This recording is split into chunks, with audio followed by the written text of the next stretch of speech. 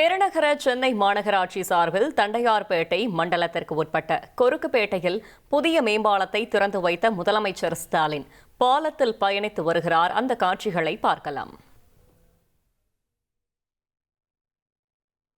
மாண்புமிகு தமிழ்நாடு முதலமைச்சர் அவர்களுக்கு மாண்புமிகு நகராட்சி நிர்வாகம் மற்றும் குடிநீர் வழங்கல் துறை அமைச்சர் அவர்கள் பொன்னாடை அணிவித்து நினைவு பரிசு வழங்கி சிறப்பு செய்கிறார்கள்.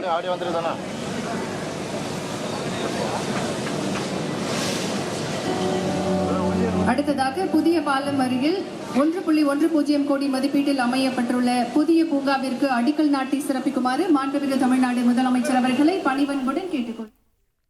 கூடுதல் தகவலை செய்தியாளர் தாயுமானவன் வழங்கிட கேட்கலாம். தாயுமானவன் வணக்கம், மேலும் தகவல்களை சொல்லுங்க.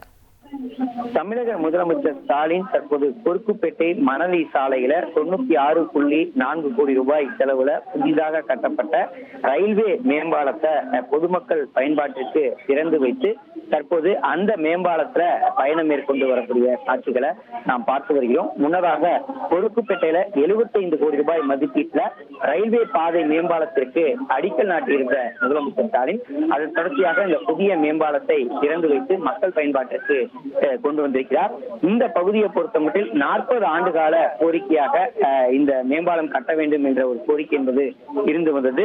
தினசரி பள்ளி கல்லூரி செல்பவர்கள், பணிக்கு செல்பவர்கள் என அனைவருமே ரயில்வே கிராசிங்கல்ல நீண்ட நேரம் நின்று செல்ல வேண்டிய சூழல் என்பது கடந்த காலங்கள்ல இருந்தது. சுமார் நீண்ட நேரமாக ரயில்வே கிராசிங்கல்ல நிற்க வேண்டிய சூழல் இருந்ததால அவசர காரணங்களுக்காக செல்பவர்கள் மிகுந்த சிரமத்தை சந்தித்திருந்தாங்க. 40 ஆண்டுகளாக இந்த மக்களுடைய கோரிக்கையாக இந்த பகுதியில ரயில்வே மேம்பாலம் கட்ட வேண்டும் என்பது கோரிக்கையாக இருந்து வந்த சூழல்ல கடந்த ஆண்டு இங்கே மேம்பாலம் ஒன்று கட்டுவதற்கு தமிழக அரசின் தரப்புல சென்னை மாநகராட்சி தரப்புல அடிக்கல் என்பது நாட்டப்பட்டிருந்தது. துணை முதலமைச்சர் உதயநிதி ஸ்டாலின் அடிக்கல் நாட்டியிருந்த சூழல்ல தற்போது பாலம் என்பது கட்டி முடிக்கப்பட்டு பாலம் என்பது தற்போது முதலமைச்சரால திறந்து வைக்கப்பட்டிருக்கிறது. இந்த பாலத்துல முதலமைச்சர் ஸ்டாலின் தற்போது பயணம் மேற்கொண்டு பாலத்துடைய கட்டுமானம் குறித்து ஆய்வு செய்து வரக்கூடிய காட்சிகளை பார்க்க முடிகிறது.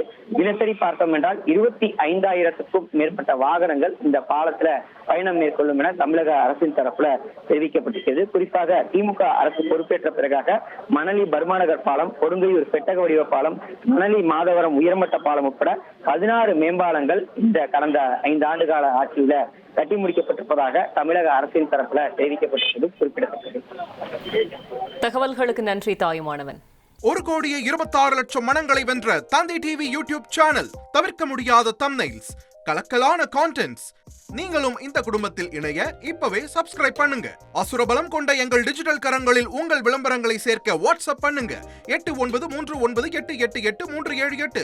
Email advttv@dttv.in.